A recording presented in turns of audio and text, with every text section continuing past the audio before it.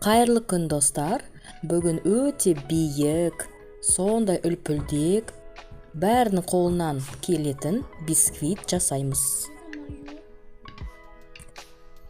Біз бисквитті бір күн тоспай осылай бірден кестік, сондықтан осылай дұрыс кесілмей жатыр.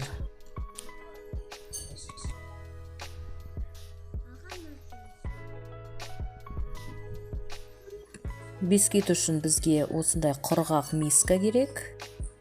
4 жұмыртқа, шым-шым тұз, қант және ұн қажет болады. Жұмыртқаларымызды сары мен аққа ажыратамыз. Жұмыртқа міндетті түрде суық болу қажет. Ағымызға шым-шым тұз қосып, жақсылап тұрып, ағарғанша миксерлеп баламыз.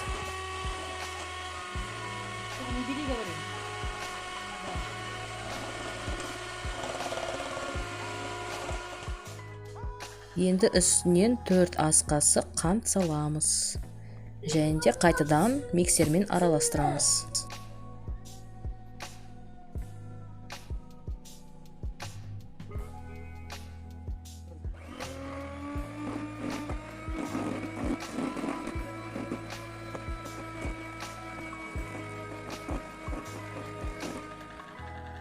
Мінекей осындай қою болу қажет.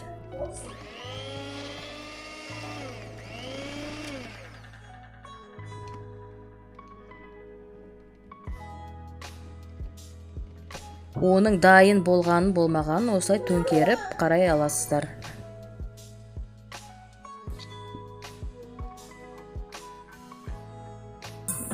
Енді үстінен сарыларымызды қосып, лопаточкамен ақырын былғаймыз.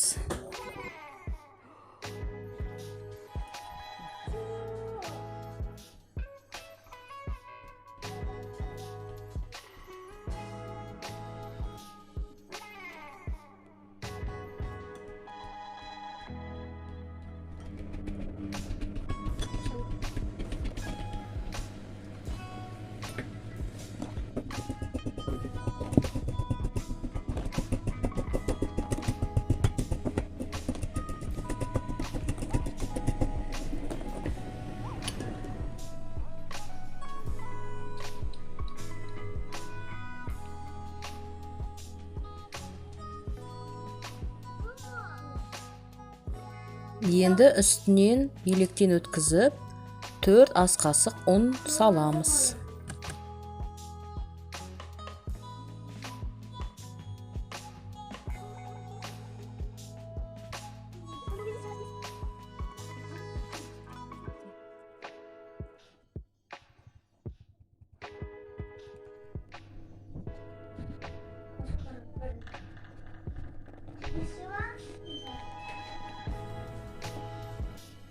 Менің формам 20-22 диаметр, пергамент қағазын төседім, ештеңе майлаған жоқпын.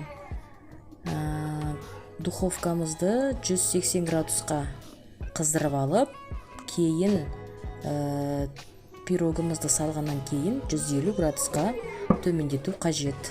40-45 минут өздеріңіз духовкаларыңызға қарай қарап пісіресіз.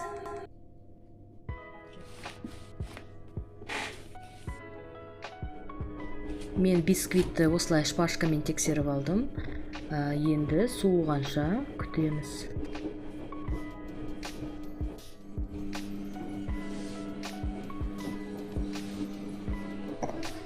Мінекей достар, бисквитіміз осындай болып шықты. Өте сондай үлпілдек, басқанда орнына тұрады. Бисквитті екіге бөлдім. Ол міндетті түрде бір түн тұру керек. Сонда түзу кесіледі. Енді пропитка жасаймыз. Менде сүт пен қант.